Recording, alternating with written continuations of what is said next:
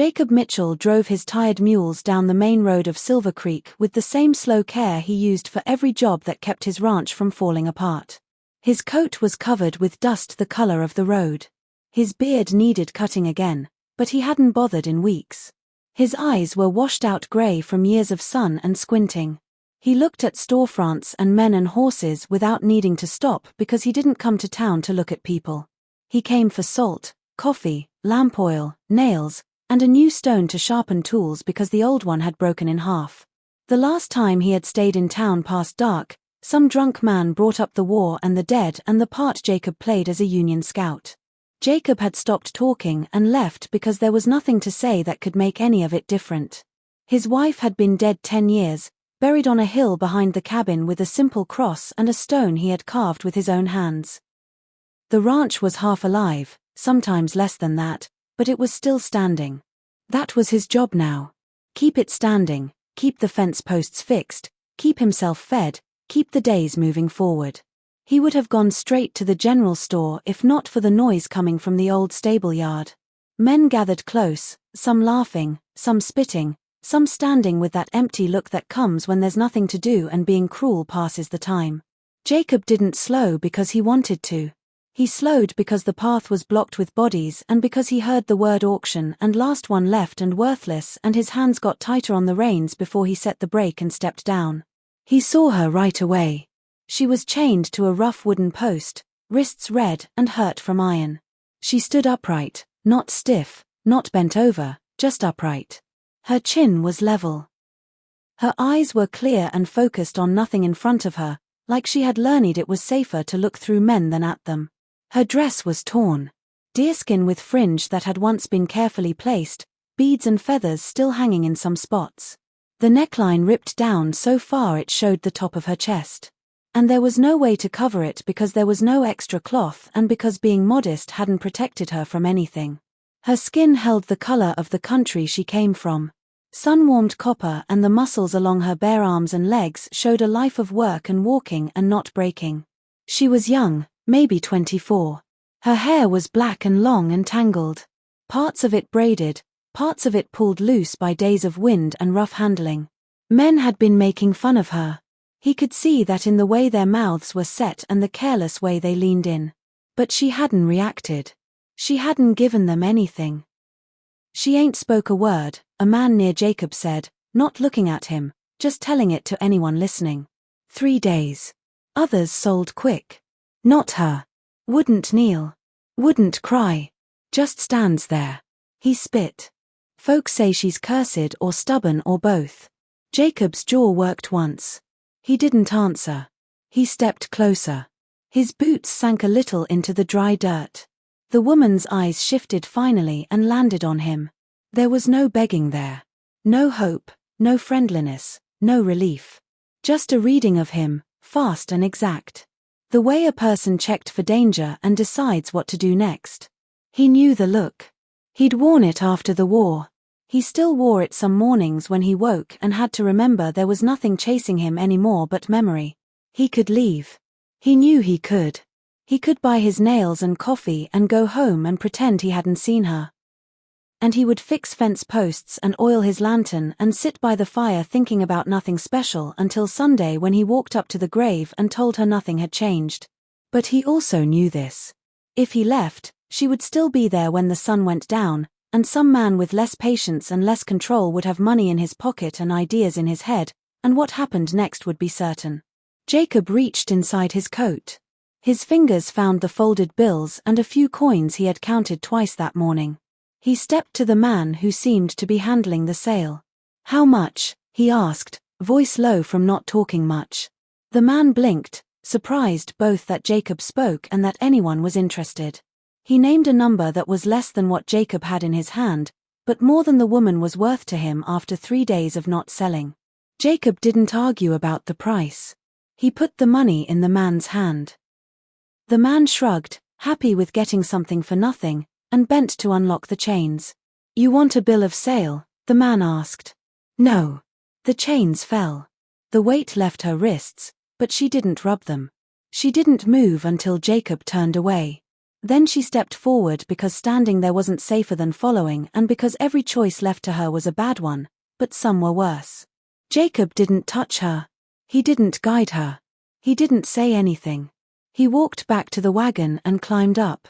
She climbed in after him and sat on the wooden seat, her hands resting in her lap, her shoulders steady.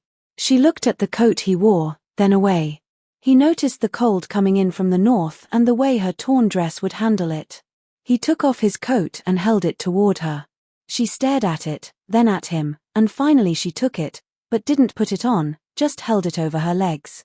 They left Silver Creek with the sound of boots and laughter behind them. And nobody followed, and the mule team moved on the road in a rhythm Jacob knew by heart, and neither of them said a thing for miles. Her name, you would learn later, was Iona. She had been taken in a raid, dragged through miles of scrub and rock, stripped of language by men who laughed when she didn't answer, and left unsold because pride does not move itself for the sake of anyone's comfort. Her job now, if the word could even fit, was to stay alive without giving up the last of what made her feel like herself. She would not kneel. She would not beg. She would not say please to men who had none to offer.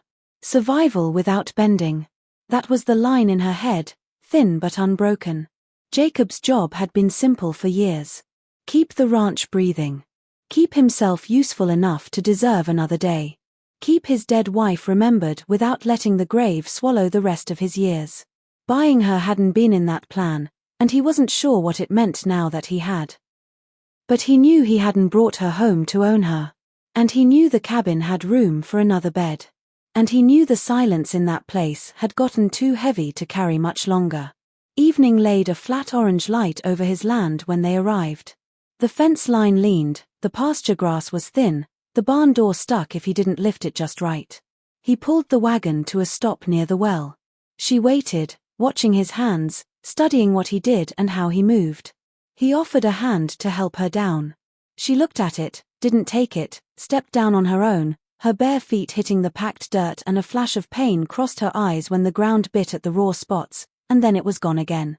He opened the cabin door and stepped aside, letting her go first so she could see the space before he moved into it. The cabin was one room with a short wall built halfway across it to suggest separation. A wood stove that needed a new seal, a table he had built himself with uneven legs, 2 beds, his, and a smaller one he had made when his wife got sick and couldn't climb in and out of the higher frame. He pointed toward that bed. Yours, he said, if you want it. He didn't say anything about the door staying unlocked or locked, or about chores, or about where she could and couldn't go. He didn't make rules because he didn't know yet what she needed. And he wasn't going to pretend owning her gave him the right to decide it. She stood still, taking everything in. The stove, the bed, the small shelf against the far wall with a folded shirt and a basin on it, the window with a nailed-down shutter, the smell of wood smoke and oil, and the faint trace of a woman's soap that stayed on things Jacob hadn't thrown away. Her eyes stopped for a second on a ring that lay on the table. Not worn, just kept. Jacob followed her look, then looked away. He slid the ring into his pocket without comment. I'll make food, he said. You can wash. Basin's there. Water's clean. He ladled stew into 2 bowls thick with beans and the last of the summer squash. He set one bowl near her bed and one on the table for himself. He didn't sit across from her. He gave her space to decide where to eat. She chose the floor by the fire, cross-legged, coat across her lap, eyes on the flames. He sat at the table. The room held 2 people in a silence that wasn't angry, only heavy with new facts. When the bowls were empty, he took them, washed them, set them to dry. He laid an extra blanket on the end of her bed and a second one on the chair nearby in case she didn't want to sleep in the bed at all. He pulled a rough board and a stack of old feed sacks from against the wall, measured the space with his eyes, and started planning where to build a proper divider in the morning so she would have privacy without needing to ask. Night settled without ceremony. He banked the fire, blew out the lamp. The cabin sank into a low orange glow. She lay on the small bed, eyes open.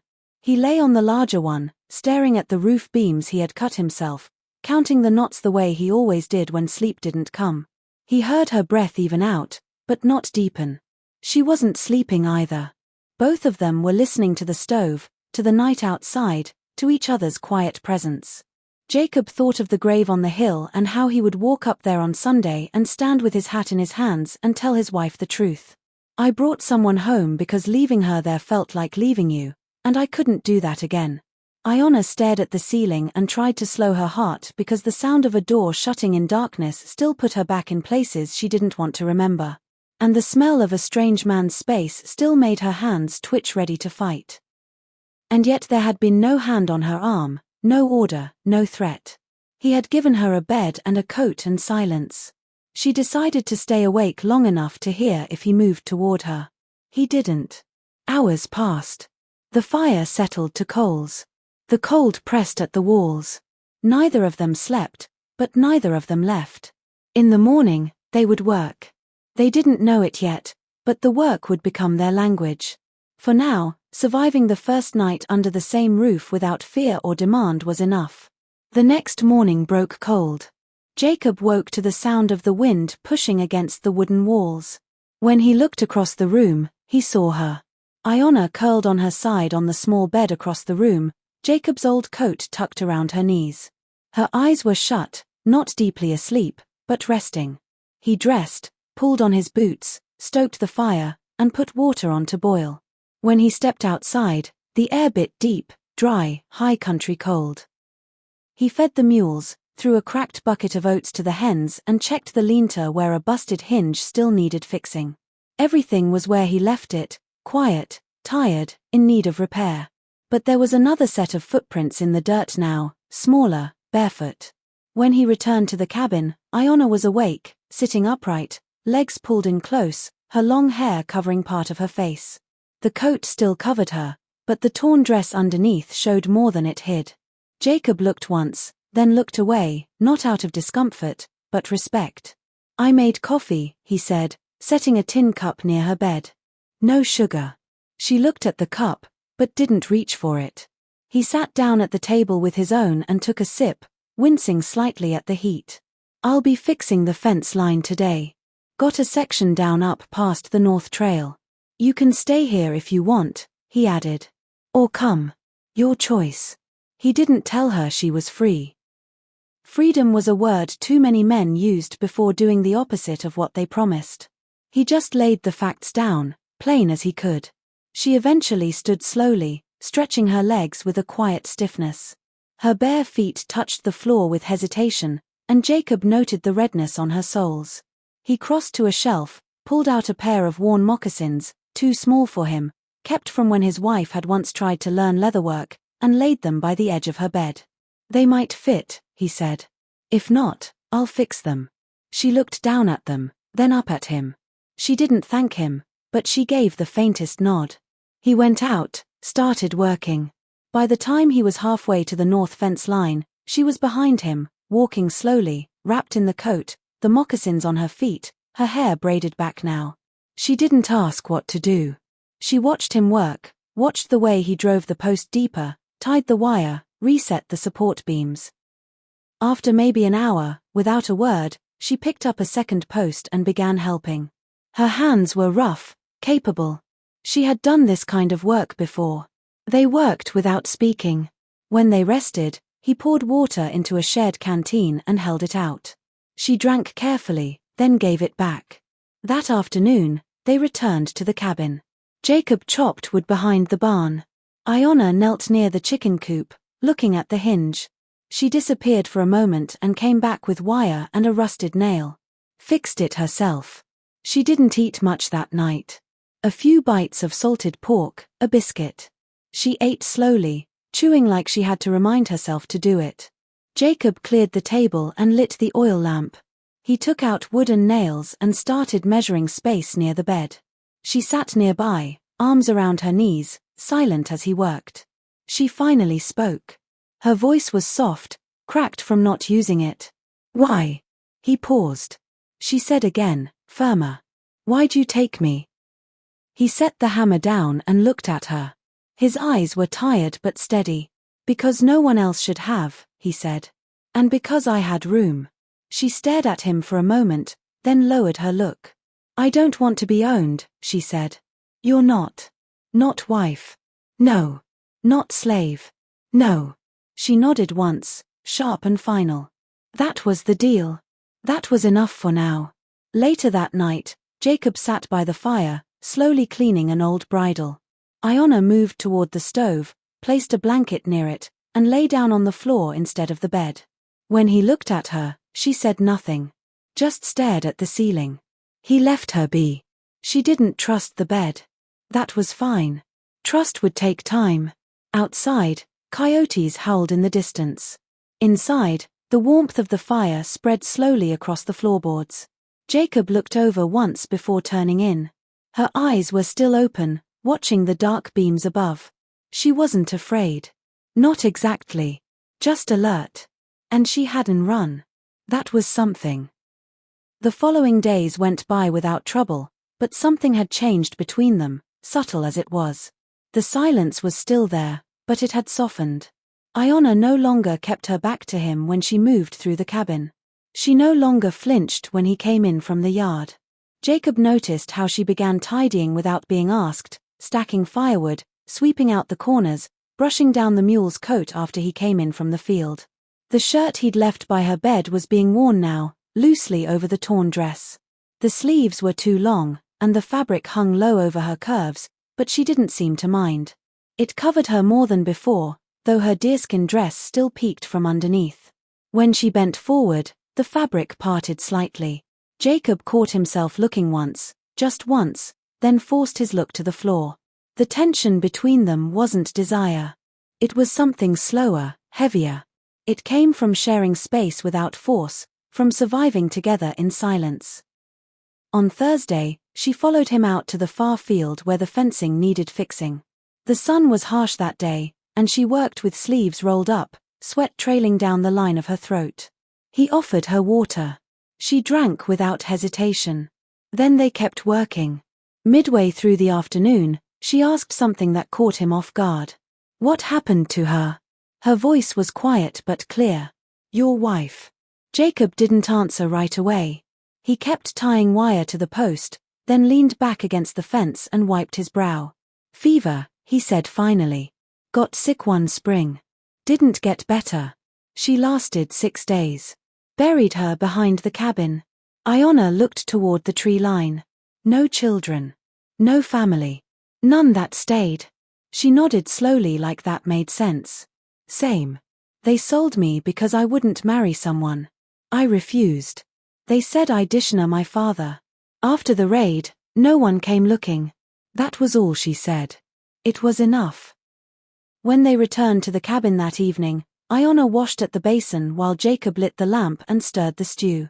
He watched her in the glass reflection, her long hair loose now, her collarbone visible through the open shirt, the scars and marks that told quiet stories he didn't ask to hear. Her body was strong, but no longer guarded. There was still fight in her, but it wasn't against him anymore. After dinner, she sat by the fire, cross-legged, her eyes half-closed in thought. He sat in the chair behind her, his hands working slowly on a broken strap of leather. The fire crackled. A long time passed before she spoke again. I don't know what I am here. Jacob looked up. She continued, voice low. Not a wife, not a slave, not part of a tribe. I wake up, I work, I eat, but I don't know what I'm becoming. He set the leather down and leaned forward, elbows on his knees. You're someone who's still standing, he said. That's more than most. She turned toward him, her expression unreadable. And you? Where are you now? He thought about it. Tired, he said, but trying. The corner of her mouth twitched. Almost a smile. Almost. Later, as the fire burned down and the shadows stretched longer across the floor, she moved closer to him. Not quickly, not directly, but with purpose. She sat beside his chair on the floor, near enough that their knees nearly touched. Jacob didn't move. His heart was beating slow but heavy. She placed her hand over his rough palm against calloused knuckles. He looked down at their joined hands, then at her. She didn't speak. He didn't pull away. That night, she slept in the bed again. But before she lay down, she reached out and touched his arm as he passed by. Just a small touch, a thank you, or something else entirely. Jacob lay awake longer than usual, listening to the quiet of the cabin, the steady breathing across the room. He didn't know what they were becoming. He only knew that the silence between them no longer felt hollow. It felt like the start of something that didn't need a name yet. The snow came earlier than expected. It began as a thin flurry just before dawn. Fine white dust brushing against the window glass. By midday, it thickened into a slow, steady fall that blanketed the ridge lines and softened the edges of the pasture. Jacob stood on the porch, arms crossed, watching it coat the fence posts. Inside the cabin, Iona stirred the fire, her shirt sleeves rolled up, hair braided tight down her back. She moved differently now, still alert, still guarded, but not like she was waiting. Jacob came in, stomping the snow off his boots. She handed him a warm cup of broth without a word. He nodded, grateful. Their routines had settled into something close to rhythm. Neither of them had said it out loud, but the touches were more frequent now.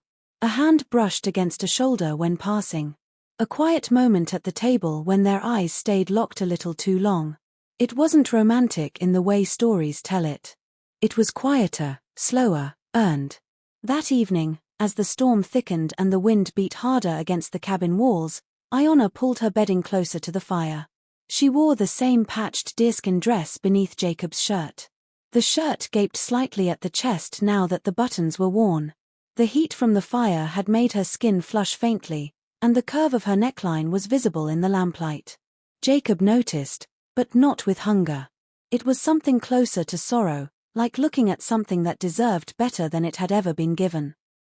"I never asked where you learned to mend fences," he said suddenly. Iona looked up. "My grandfather taught me. He said, if you could fix a fence, you could keep anything alive. Livestock, people." Jacob nodded, then sipped from his cup. After a moment, she asked, "Why don't you ever go to town? Not even for church?" He shrugged slightly. "There's nothing there for me. Town doesn't change. People talk about you. I know. They say you went mad after the war." He set the cup down. "I came back with less than I left with. That's not madness. That's math." Iona didn't smile, but she understood. She moved closer to the fire. The lamp flickered low. She sat near his feet now, her legs tucked beneath her, one hand on the floor, steadying herself. "I used to think silence was punishment," she said quietly. "After I was taken, they didn't speak to me unless to command. I stopped speaking too. It was easier."